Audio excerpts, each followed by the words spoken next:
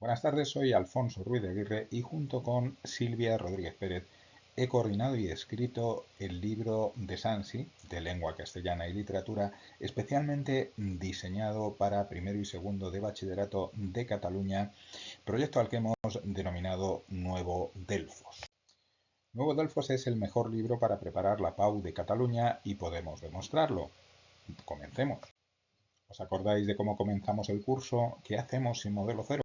¿Cómo nos enfrentamos a un examen imprevisible cuando formamos a alumnos acostumbrados a la máxima previsión?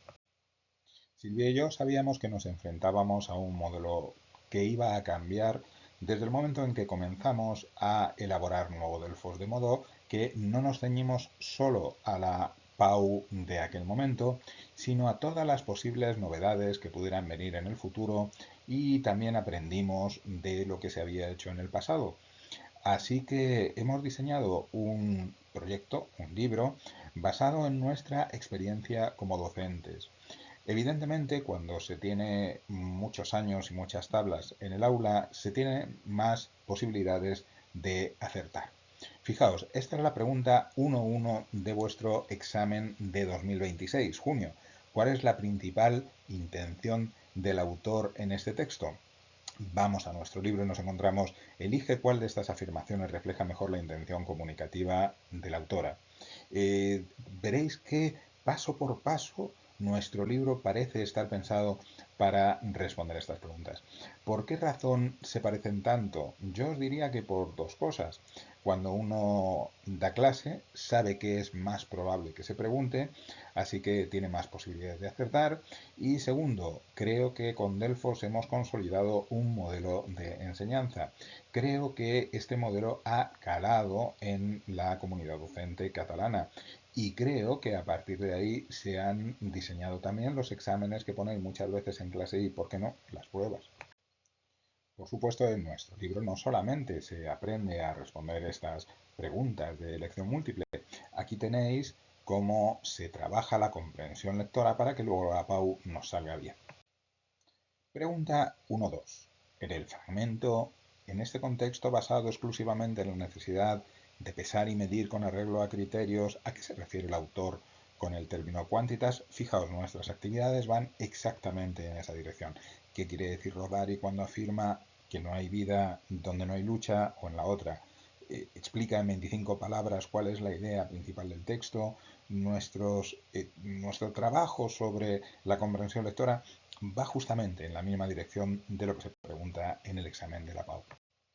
La pregunta número 3 requiere, la 1.3, requiere conocimientos sobre sinonimia y antonimia. Aquí tenéis cómo se trabaja en nuestro libro. Vamos a la 1.4, como veis es una de verdadero o falso y nosotros tenemos muchas de verdadero o falso. También tenemos muchas de elección múltiple. Y como ocurre en la PAU de Cataluña, y a diferencia de lo que pasa con la inteligencia artificial, nuestras propuestas sí que obligan a pensar.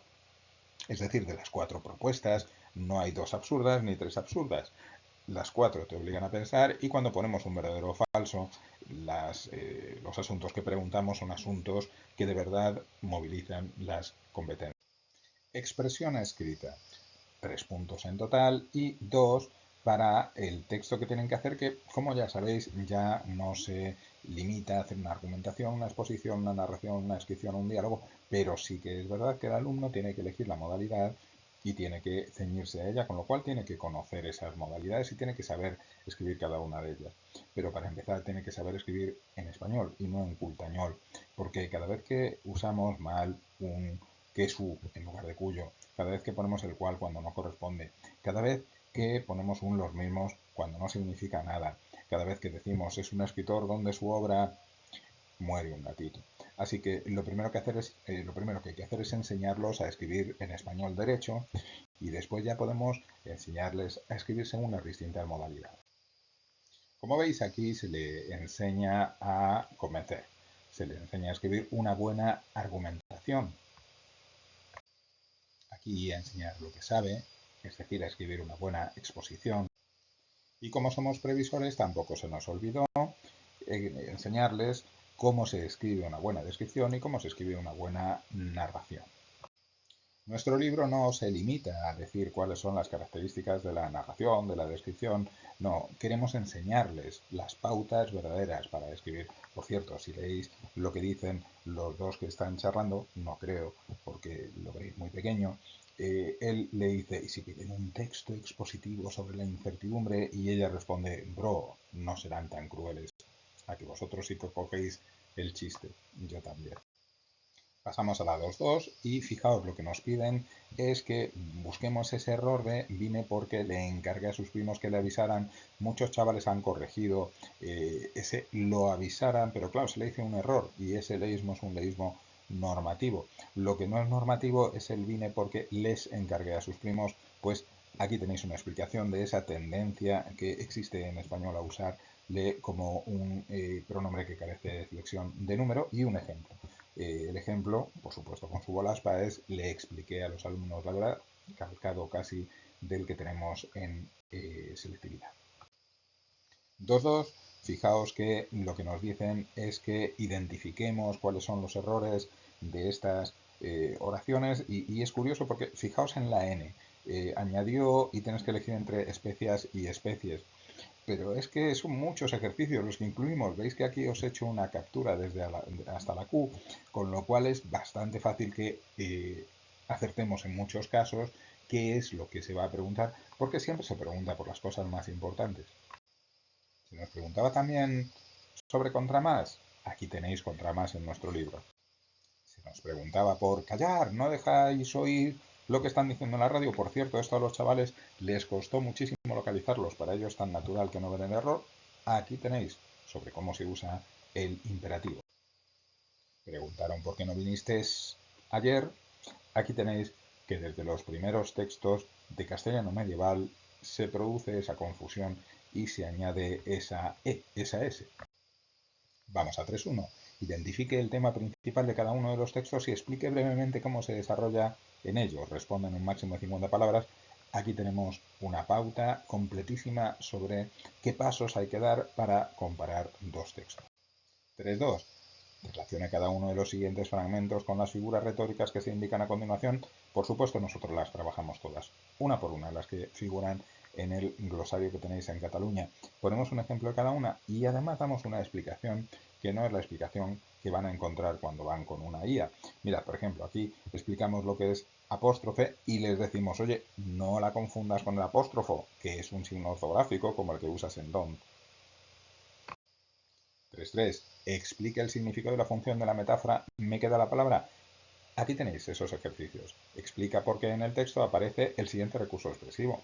Políptoto, metonimia y paraje. Es decir, se le pide al alumno el mismo tipo de razonamiento. Explícame el significado y explícame la función de este recurso. Y la pregunta de Gloria Fuertes cuando se divulgó el examen me hizo mucha gracia porque mirad lo que decía nuestro gatito hace siglos que no como. Ese era nuestro ejemplo de hipérbole. Qué curioso, qué casualidades tiene la vida. 4.1, que te preguntan un par mínimo. Aquí tienes el razonamiento paso a paso para resolverlo. Que ahora lo preguntan con una pregunta de elección múltiple en lugar de pedirte que lo hagas tú. El proceso es el mismo. El que sabe hacerlo, sabe identificarlo. ¿Que nos piden un análisis inverso? Aquí tenéis paso a paso cómo se organiza un análisis inverso y vuelvo a lo mismo, da igual que nos lo pregunten con forma de elección múltiple, porque el que sabe realizar un análisis inverso sabe identificarlo.